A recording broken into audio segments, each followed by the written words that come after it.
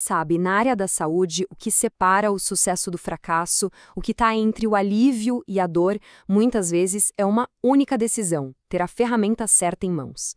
É sobre isso que a gente vai conversar hoje, sobre esse universo de instrumentos que são, assim, essenciais. Então, para a gente começar, fica aqui uma pergunta. No mundo da medicina, qual será que é uma das ferramentas mais comuns, mas ao mesmo tempo uma das mais críticas? Pensa aí, de um procedimento simples a um super complexo. O que está quase sempre lá? Olha, se veio à mente a seringa e a agulha, a resposta está certíssima.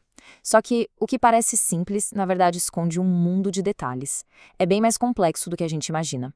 O tipo, o volume, para que serve, cada escolha é absolutamente crítica e muda completamente dependendo da situação. Beleza, então vamos mergulhar nisso. Nessa primeira parte, a gente vai olhar para as seringas e agulhas não como objetos simples, mas como verdadeiras ferramentas de precisão, sabe? Escolhidas a dedo para a necessidade de cada paciente. Aqui a gente tem um panorama geral. Repara só como os volumes mudam, né? Vai de 1 ml para uma aplicação subcutânea até 20 mililitros para algo intravenoso. É uma variação enorme. E cada detalhezinho aqui, nossa, tem um impacto direto no tratamento e, claro, na segurança de quem está recebendo o medicamento. E quando a gente fala da agulha em si, basicamente tudo se resume a duas coisas: o calibre, ou seja, a grossura dela, e o comprimento. E olha, errar nessa escolha não é só uma questão de causar mais dor, não. É muito mais sério. Pode significar que o remédio nem chegue onde deveria, comprometendo o tratamento inteirinho. A física por trás disso é fundamental.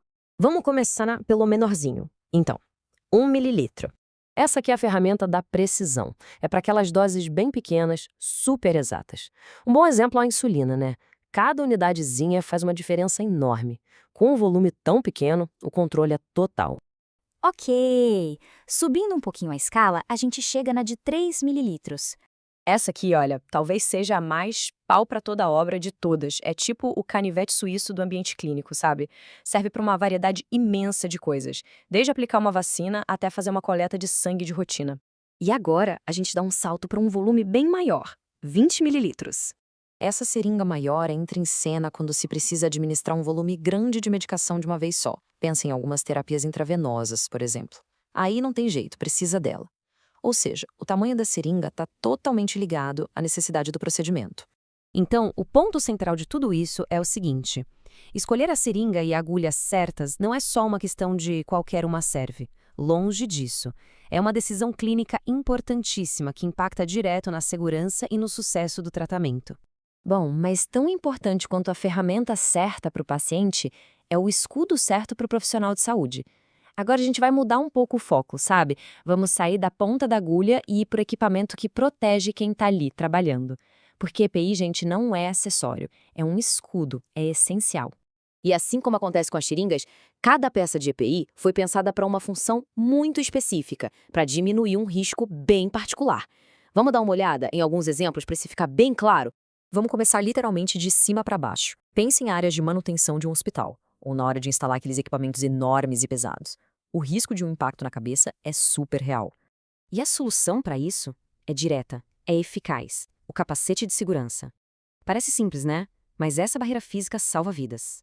Agora, vamos para uma parte do corpo que é extremamente vulnerável: os olhos. Imagina um laboratório ou um procedimento cirúrgico. Os olhos estão expostos a todo tipo de perigo, de respingos de fluidos a partículas minúsculas no ar. E para proteger, a solução é essa: óculos de segurança. Ele cria uma vedação, uma proteção contra riscos que muitas vezes a gente nem consegue enxergar. Tem um outro risco que, olha, muita gente subestima: o barulho. A exposição constante a ruídos muito altos, tipo em salas de geradores ou perto de um aparelho de ressonância magnética, pode causar um dano permanente na audição. E a proteção para isso é o protetor auricular, uma ferramenta feita exatamente para diminuir essas ondas sonoras perigosas e preservar um dos sentidos mais importantes para qualquer profissional da saúde. No fim das contas, o que a gente percebe com tudo isso, que a ferramenta certa para o paciente e o escudo certo para o profissional não são duas coisas separadas, de jeito nenhum. São, na verdade, os dois lados da mesma moeda, uma cultura de segurança. Isso aqui resume a ideia perfeitamente. A segurança funciona como um sistema. Passo 1, começa com a escolha exata da ferramenta para o paciente. Passo 2, continua com a proteção correta do profissional. E o resultado, o passo 3, é um ambiente seguro para todo mundo que está ali. E essa é a grande sacada, eu acho. Segurança não é só uma lista de itens para checar. É um ecossistema. A seringa certa para o paciente e o óculos de proteção para o profissional são peças que se conectam, sabe? E juntas, elas garantem um resultado seguro. Para a gente fechar, fica uma reflexão. O equipamento é fundamental, não tem a menor dúvida disso. Mas, será que a base de tudo, a verdadeira segurança, não está na mentalidade? Naquela cultura de precisão, de cuidado, que guia o uso de cada uma dessas ferramentas?